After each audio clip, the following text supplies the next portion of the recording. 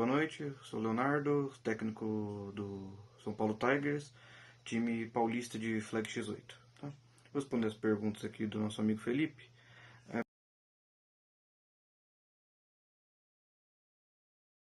História no futebol americano, eu comecei a ver esporte desde muito cedo com alguns amigos. Eu tentei jogar em algumas equipes, mas infelizmente tenho problemas nos dois joelhos. Eu tive que fazer um tratamento e parar de jogar. E depois que eu fiz esse tratamento e parei de jogar, eu procurei um time para treinar. E eu estava na época fazendo faculdade no Mackenzie. Eu descobri que tinha um time lá por um acaso e fui fazer a seletiva para ser técnico. Não tinha ninguém lá como técnico. Eu virei coordenador ofensivo no primeiro ano, mas eu cuidava também, ajudava das outras áreas. Eu ia virar técnico principal, mas a pandemia acabou com o esporte, né? E o Mackenzie depois acabou também, o time do Mackenzie.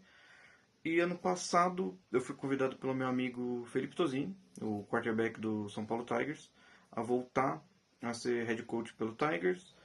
Voltei ano passado, aí tô lá desde head coach desde então, do final do ano passado, e esse ano fui inteiro e vamos por mais. Eu tive bastante ajuda do meu amigo Lucas Davi, ele é head coach do Recife Mariners, ele me ajudou bastante nas questões técnicas, táticas e de como ser um técnico melhor também.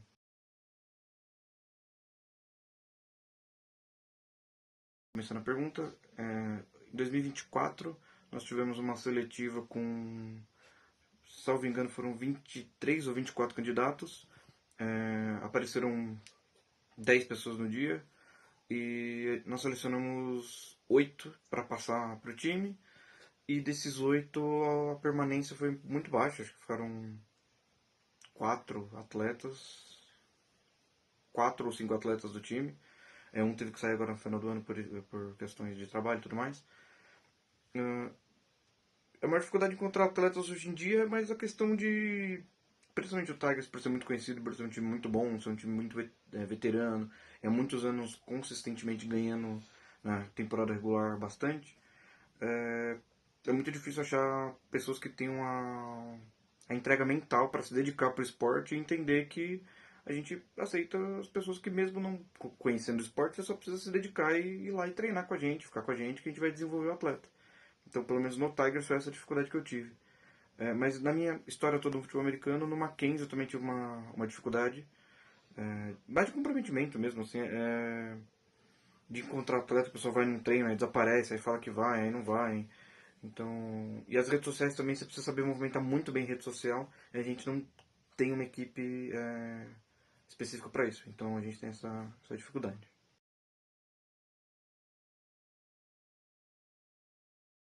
Como eu sou contra ficar esfolando fisicamente a pessoa, porque acho que não vai indicar muita coisa. Sinceramente, a gente não joga full pad, então não vai indicar muita coisa. A gente faz basicamente o 4-yard dash drill, que a gente cronometra em quanto tempo a pessoa corre 40 metros, para ver questão de velocidade vertical. A gente faz o 3-cone drill, que é para ver agilidade e deslocamento tanto horizontal como vertical. A gente faz um teste básico de força, tipo flexão, alguma coisa assim, ou empurrar uma pessoa semelhante, pra gente ver quanto tempo aquela pessoa consegue empurrar e qual espaço de tempo ela consegue empurrar aquela pessoa. E o teste básico de mãos, que a gente faz uma linha de catch, a pessoa.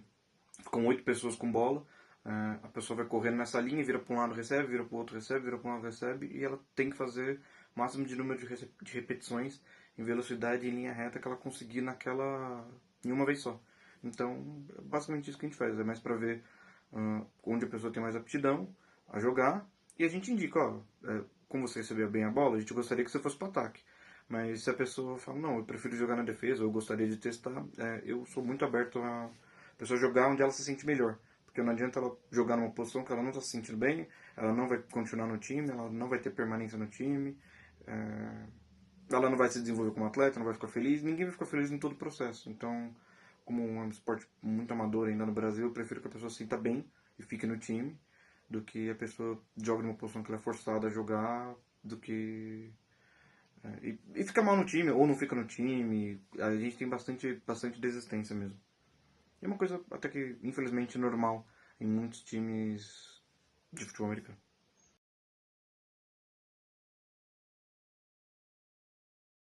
testes, como eu disse, são os mesmos para todas as posições. Tipo, a gente testa mesmo a pessoa ali na seletiva, faz os testes gerais para ver que tipo de desempenho a pessoa tem. E se a pessoa já vem com alguma experiência, a gente pergunta. Aconteceu esse ano com um novo integrante do time, que veio de outro time. E, ó, já tem experiência nessa posição? Ah, tem, não sei o quê. Aí eu pergunto mais ou menos o que a pessoa sabe, e eu vejo na hora do treino e vou dando toques, ajustando. Então não tem muito teste específico assim. Acho que mais para Tyrande, o que a gente. O que eu priorizo no Tyrande, né? O que eu olho para colocar a pessoa na posição de Tyrande é ela bloqueia bem e sabe receber e tem inteligência, porque Tyrande é uma das posições mais difíceis do ataque. Então a pessoa tem que ter inteligência porque ela tem que saber as rotas, tem que saber bloquear, tem que saber a jogada que tá chamando. Então Tyrande é uma posição um pouco ingrata de achar assim hoje em dia. E quem quer receber a bola não quer apanhar. Acontece bastante. Bom, na última seletiva você acha que teve uma boa safra de Tyrands? É, eu acredito que sim, a gente teve um Tyrande muito bom, o Gabriel, mas ele foi o atleta que eu disse que teve que sair por questões de trabalho. Mas assim, ele estava se desenvolvendo bem, assim, novato, completamente novato, chegou no futebol americano esse ano, não sabia nada. Mas ao longo do ano ele foi desenvolvendo bem e ele foi um dos que foi resiliente para continuar no Tigers mesmo jogando pouco, mesmo tendo menos tempo de jogo e tudo mais. Ele foi um dos que entendeu a posição do time e falou, não, beleza, eu quero ficar aqui, eu vou me desenvolver aqui e vou jogar aqui.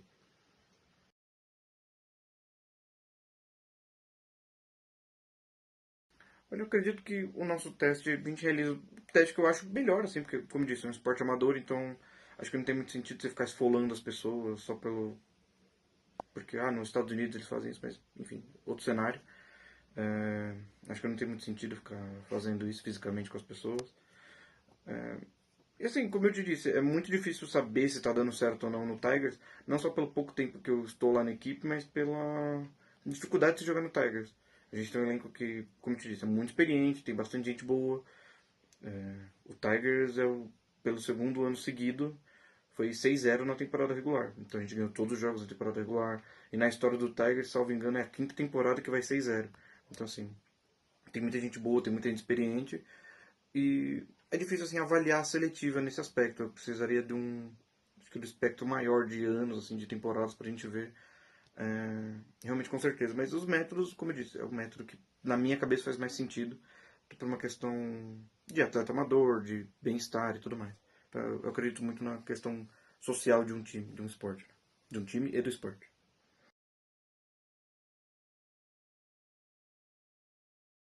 O cenário de futebol americano no Brasil, eu acho que ele é uma pergunta muito complexa, porque ao mesmo tempo que ele está crescendo, está desenvolvendo, eu acredito que ele está crescendo e desenvolvendo do jeito errado. Porque você não vê as pessoas falando de futebol americano como um esporte de reintegração social que tem muito nos Estados Unidos. Aqui no Brasil também poderia ser enquadrado nisso. Eu não vejo as pessoas falando do futebol americano como um esporte coletivo, onde as pessoas têm histórias, têm vidas e onde o time se torna basicamente uma união de pessoas que gostam de estar juntas e que passam tempo juntos, que a gente dedica muito ao esporte. Para vocês terem noção, a gente teve um jogo essa semana que só o pessoal da comissão técnica a gente gastou 80, 70 horas, 80 horas para um jogo, que dura 2 horas. Então, assim, é muito tempo desprendido, é muito tempo de convivência. Então, eu não sei se o esporte tá sendo desenvolvido da maneira adequada. Principalmente pelas pessoas que têm mais nome assim, na mídia, que tem mais visibilidade.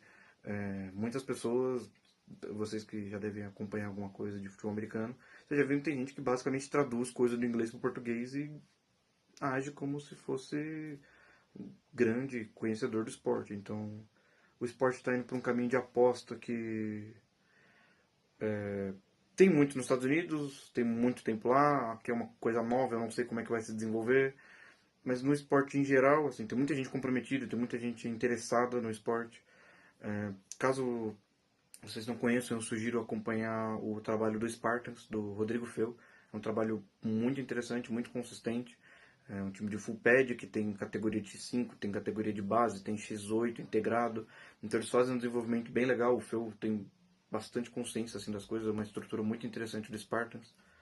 O Recife Mariners, eu digo com uma certa tendência, porque eu gosto muito do Lucas, ele me ajudou bastante. É um time que sempre me tratou muito bem quando eu interagi com eles, com as pessoas de lá.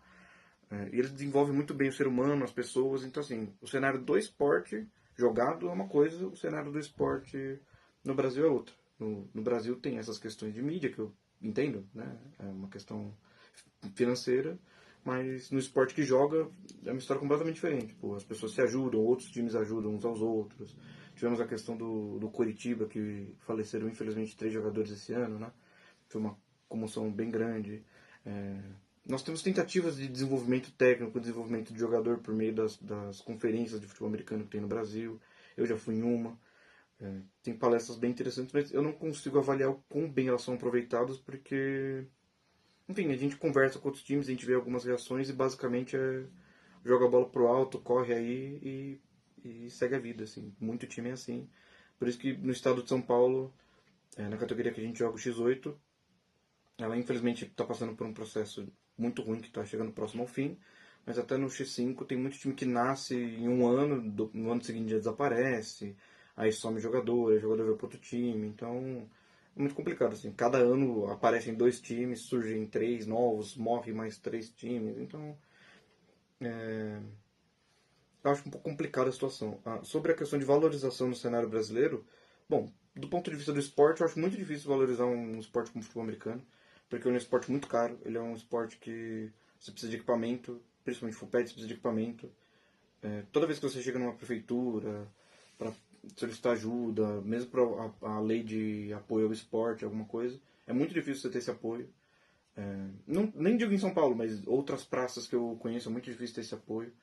A prefeitura de Indaiatuba tem ajudado bastante o Indaiatuba Alpacas no X8, eles estão incentivando bastante, estão incentivando o rugby também. Salvo engano, a prefeitura de Recife também ajudou o Recife Mariners. Tem algumas prefeituras que se engajam e tentam ajudar alguns times pontualmente, né? Mas a questão de evolução, de valorização do cenário nesse aspecto do esporte, eu acho difícil de acontecer porque é um esporte que você precisa de muita gente. Por exemplo, no Tigers a gente tem 34 atletas inscritos no campeonato. Então, assim, mesmo sendo um esporte de X8, você tem 34 atletas, é muita gente para coordenar, para comprometimento. É um esporte que não tem remuneração, então já fica mais difícil as coisas. Você não tem vislumbre de remuneração, né? Até o próprio X5 que virou categoria olímpica, eu acho bem difícil, assim, quando chegar nas Olimpíadas, os atletas terem alguma remuneração, alguma ajuda de custo, alguma coisa. Tanto que o Spartans, que eu falei, também um projeto bem interessante, eles vão viajar na Espanha para disputar um campeonato e eles estão fazendo vaquinha, se virando, porque o apoio é muito escasso, né? Acho que a valorização do cenário brasileiro de futebol americano é mais o quesito de marketing e financeiro, né? A NFL trouxe um jogo para cá, vai trazer mais jogo para cá, mas o desenvolvimento da BFA mesmo, pelo menos do meu ponto de vista, né? Eu tenho pouco conhecimento da BFA, mas pelo menos do meu ponto de vista é muito estagnado, é muito difícil a BFA se desenvolver por falta de investimento e de apoio mesmo do Estado.